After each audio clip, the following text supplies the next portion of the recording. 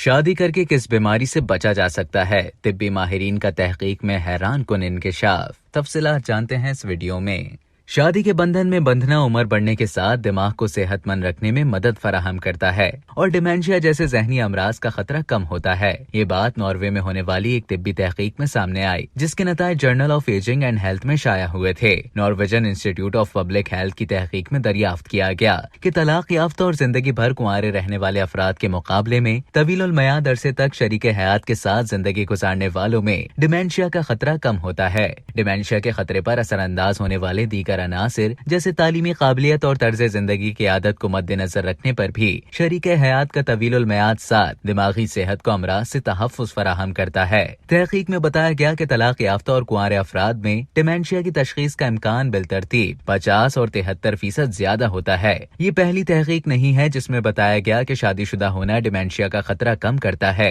मुहक्किकीन के मुताबिक मुतादिद तहकीकी रिपोर्ट्स में शादीशुदा अफराद में डिमेंशिया के खतरे में कमी को दरियाफ्त किया गया। उनका कहना था कि हमारे नताइज से भी इन शवाहिद को तक़वियत मिलती है। इस तहकीक में 8700 अफराद को शामिल किया गया और उनके अज़दवाजी हैसियत का जायजा 24 साल तक लिया गया। इस अरसे में 12% अफराद में डिमेंशिया की तशखीस हुई, जबकि दीगर 35% को मामूली जहनी मसाइल जैसे कि याददाश्त की कमजोरी का सामना हुआ। मुहक्किकीन ने दरियाफ्त किया कि शादीशुदा होने और मामूली जहनी मसाइल के खतरे के दरमियान तो ठोस ताल्लुक नहीं, मगर डिमेंशिया के खतरे में कमी के हवाले से ताल्लुक वाज़ेह है। उन्होंने बताया कि शरीके हयात का साथ उम्र बढ़ने के साथ दिमाग को ज्यादा तहफ़्फ़ुज़ फराहम करता है। अब तक के लिए इतना ही। मजीद इसी तरह की दिलचस्प मालूमात हासिल करने के लिए डेली जंग के YouTube चैनल को सब्सक्राइब करें और Facebook के पेज को लाइक करना ना भूलें।